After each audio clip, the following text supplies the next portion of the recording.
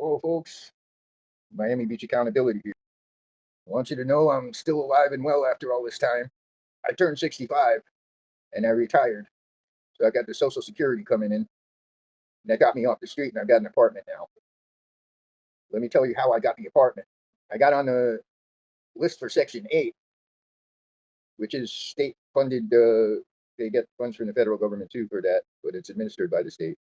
It's a housing assistance program whereby you pay 30% of your income for the rent and they pay the rest.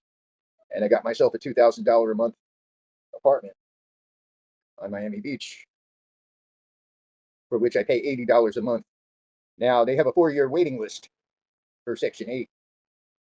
I was arrested in September of last year for public urination.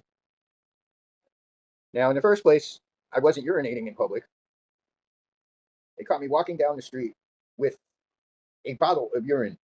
I had gone into a dumpster bay where I couldn't be seen from anywhere in order to fill the bottle, and I was on my way to dispose of it.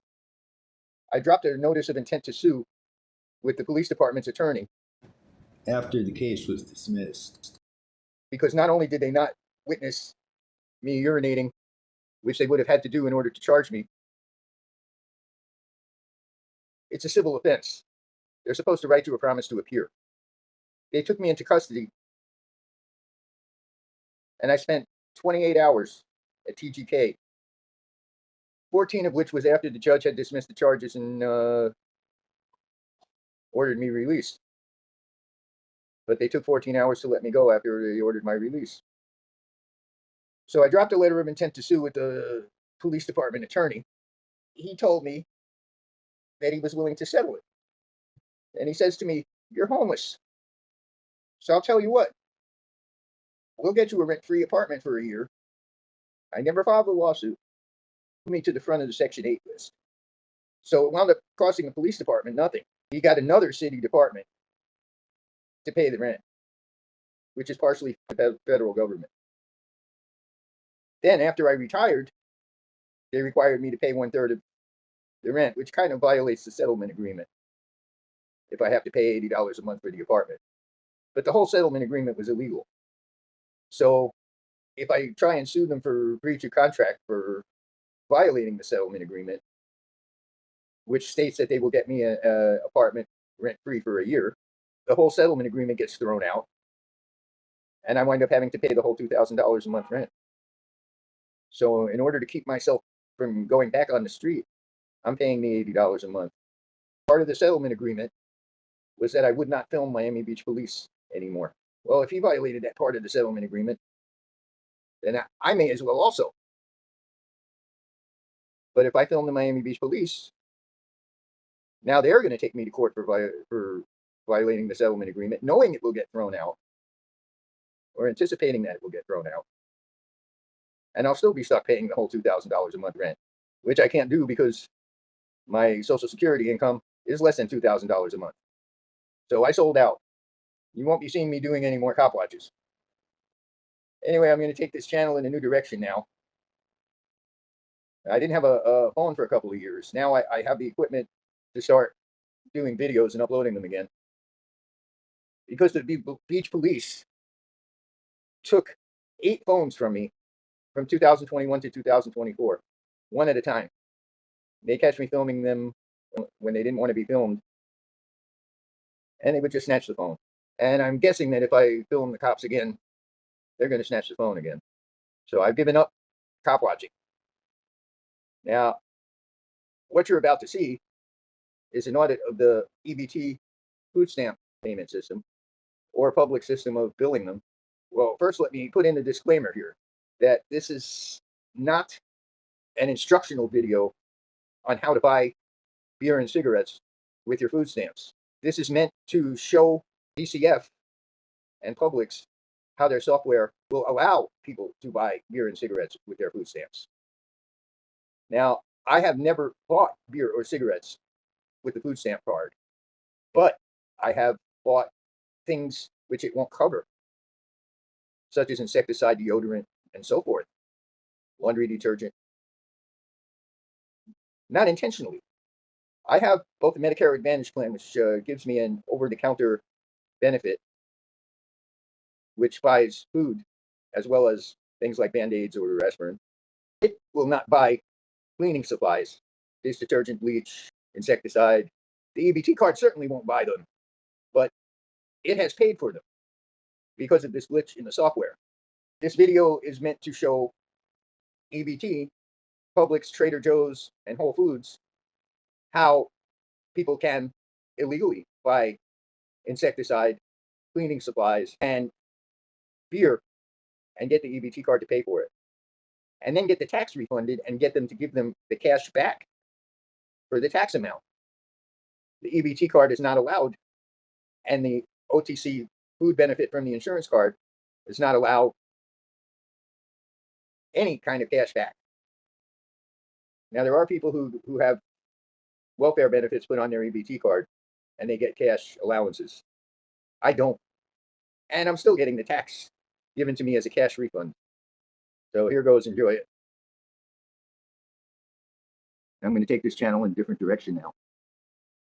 I'm going to show you guys how to buy beer, cigarettes, or insecticide, or anything else that's not covered by an EBT card.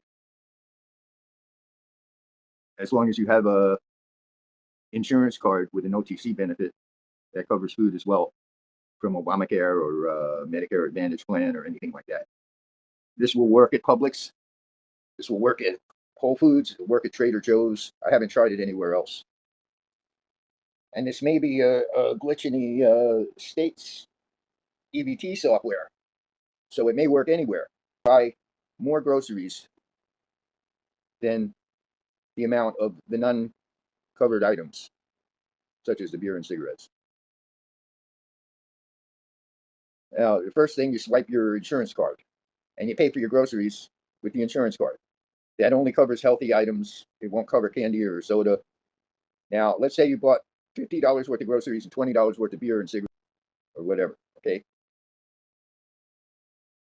Let's say there's candy and soda in there, so only 40 of the $50 is covered by the OTC benefit on your insurance card.